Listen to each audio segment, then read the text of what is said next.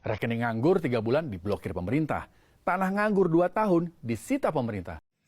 Halo, selamat siang. Assalamualaikum warahmatullahi wabarakatuh.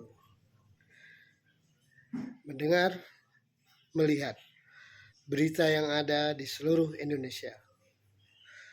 PPATK sekarang ini mengeluarkan peraturan-peraturan baru yang bikin carut marut negeri kita ini. Terbukti banyaknya buku tabungan, rekening yang diblokir tanpa ada dasar hukum apapun. Seenaknya mereka memblokir. Yang kasihan orang yang sudah lama menabung untuk persiapan anak sekolah, anak kuliah, giliran mau diambil, keblokir. Nah, jadi kira-kira siapa yang salah sekarang ini? Coba teman-teman jawab.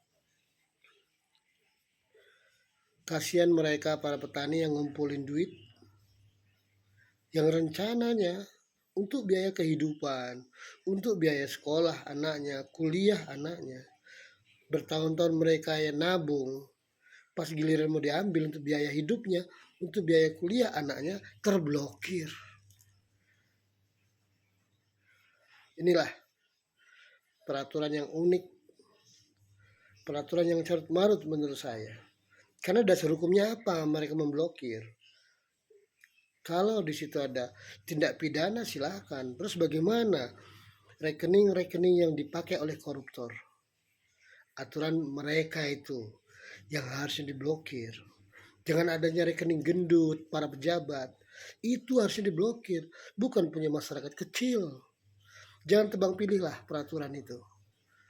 Orang yang tidak bersalah jadi korban dari peraturan PPATK. Terus satu lagi. Peraturan yang sangat mengejutkan buat kita bersama di seluruh rakyat Indonesia. Dengar-dengar tanah yang 2 tahun tidak terpakai, tidak digunakan atau belum dibangun, itu mau disita. Disita sama pemerintah. Bayangkan kalau kita sudah beli rumah, terus kita mau beli tanah lagi. Tanah itu sudah kita beli, terus kita menabung. Dengan cara menabung, uang itu kira-kira belum cukup untuk bikin bangunan rumah atau tempat tinggal, terus tiba-tiba kesita di akun milik pemerintah. Aduh, ini sudah Indonesia makin carut marut peraturannya. Kenapa sih ada aturan seperti itu? Aturan yang membuat masyarakat rakyat jelata, rakyat kecil, jadi serba salah. Kita ngumpulin uang beli tanah yang rencananya akan kita bikin rumah tempat tinggal kita. Kita bagi masyarakat kecil, kita ngumpulin uang dari 1.000, 2.000. Mungkin bertahun-tahun ya untuk ngumpulin uang supaya kita bisa bikin rumah. Nah, lebih dari 2 tahun, 3 tahun kita belum bisa ngumpulin duitnya. Pas kita misalkan terkumpul uangnya, baru mau kita bikin rumahnya, tempat tinggal kita, yang mungkin juga nggak terlalu mewah, tahu-tahu mau disita pemerintah. Jadi sekarang ini pemerintah bagaimana sih? Apakah mereka tuh berpijak kepada masyarakat kecil atau mereka berpijak dengan kepentingan pribadi mereka? Sitalah aset negara, sitalah pejabat-pejabat yang korupsi. Itu yang harus disita. Aset mereka yang para koruptor. Jangan masyarakat kecil yang nggak tahu apa-apa dengan peraturan pemerintah yang bikin masyarakat kecil jadi serba salah.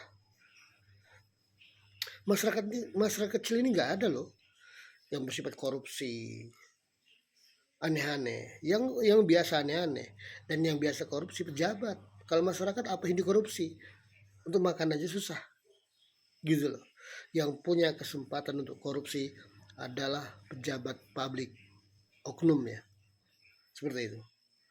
Jadi kalau bikin peraturan di pemerintah ini, berpijaklah kepada masyarakat kecil. Jangan berpijak dengan kepentingan politik dan kepentingan para pejabat yang sifatnya jelek, sifatnya hanya ingin menguntungkan pribadi. Camkan itu untuk pemerintah. Salam hormat, sukses selalu.